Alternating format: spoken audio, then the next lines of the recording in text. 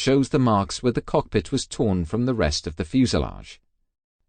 The high-energy objects that perforated the aeroplane were also found in the bodies of 3 crew members seated in the cockpit.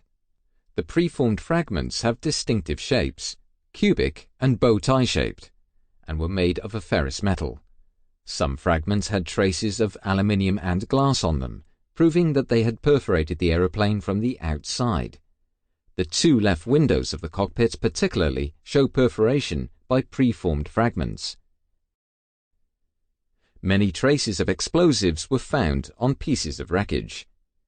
Also, certain traces of paint were found that match paint on parts of a missile that were recovered from the crash site and missile fragments found in the cockpit and the left wing. The retrieved fragments and traces of paint point to a missile carrying a specific type of warhead and launched by a Buck surface-to-air missile system. During the investigation, a number of computer simulations were conducted. These support the surface-to-air missile scenario. The detonation of a 9N314M model warhead was simulated to calculate a point of detonation as well as the damage that could be expected.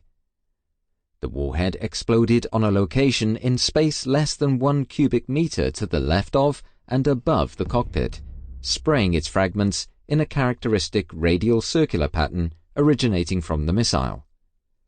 These patterns match the damage found on the reconstructed forward section of the fuselage. Further proof of the detonation position was found in the last milliseconds of the cockpit voice recorder. This contained recordings of 3 crew microphones and an overhead microphone in the cockpit on separate channels. During the final milliseconds, these microphones recorded a sound peak. Based on the difference in timing of the recordings of the sound peak on these 4 microphones, a direction could be calculated. Based on the investigation into the detonation of the warhead and the characteristics of both the Boeing 777 and the Buck surface-to-air missile, its possible flight paths were simulated. The calculated area from which the missile was launched measures about 320 square kilometers and is situated in the eastern part of Ukraine. Further forensic research is required to determine the launch location. Such work falls outside the mandate of the Dutch Safety Board. The investigation demonstrated that the aeroplane flew at an altitude of 33,000 feet, which is to say 10.1 kilometers. No abnormalities regarding the aeroplane or crew were found. The flight proceeded normally, and no malfunctions of any system or oral warnings were recorded. Also, no distress messages were received by air traffic control. Both flight recorders stopped abruptly at 13:20:03, and from that time, the flight crew of MH17 did not respond to air traffic control messages. Flight MH17 disappeared from the radar. The aeroplane was perforated by hundreds of high-energy objects shaped like cubes and bow ties. Many fragments were found in the bodies of the crew seated in the cockpit. Some of them had a bow tie or cubic shape.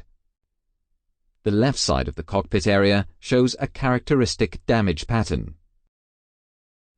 Traces of explosives were found in the wreckage and on the missile fragments found. Paint on fragments found inside the wreckage matches paint on the recovered missile parts. The point of detonation was determined by the spray pattern on the cockpit and by simulations, and was confirmed by the recorded sound peak. The impact and blast resulted in the aeroplane's disintegration. The wreckage of the aeroplane was distributed over 6 different sites, consistent with the way the aeroplane broke up in the air. Based on these findings, the Dutch Safety Board concludes that Flight MH17 was downed by a 9N314M warhead carried on a 9M38 series missile as installed on a Buck surface-to-air missile system. Other scenarios were investigated and excluded. No other scenario can explain this combination of factors. The findings are conclusive and support each other based on multiple sources. To that end, we have been able to draw well-supported conclusions about the flight and the causes of the crash. The investigation of the wreckage has demonstrated that the aircraft was perforated at high speed by fragments coming from a specific location to the left and above the cockpit. There were indications of this early in the investigation, but the wreckage turned out to be important for verifying and further substantiating those indications. Immediately after the crash of MH17, the question rose how it was possible that a scheduled commercial airliner flew over an area that was known to be a conflict zone. The armed conflict in Ukraine progressively expanded to the air, and several military aircraft had been shot down in the previous weeks. According to Ukrainian authorities, 2 of these aircraft were hit by more powerful weapons that reached higher than before, but none of the parties involved made any connection between the military developments and the possible risks posed to civil aviation. On June 6, 2014, a Notice to Airmen, or NOTAM, was issued by Ukraine to restrict the airspace over the eastern part of Ukraine up to flight level 260. This was done to protect military aircraft from ground attacks and to let them fly at a higher level. On July 14th, the restriction was raised to flight level 320. Airlines assumed that the unrestricted airspace above this level was safe. Most commercial airlines continued their flights over the region. On July 17th, until the airspace was closed, 160 commercial flights passed through this area. 3 other airliners were in close proximity of MH17 when it disappeared from the radar screens.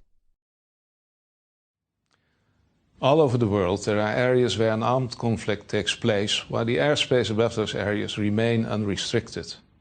The risk resulting from flying over conflict areas is paid insufficient attention to by operators, authorities and aviation organizations all over the world.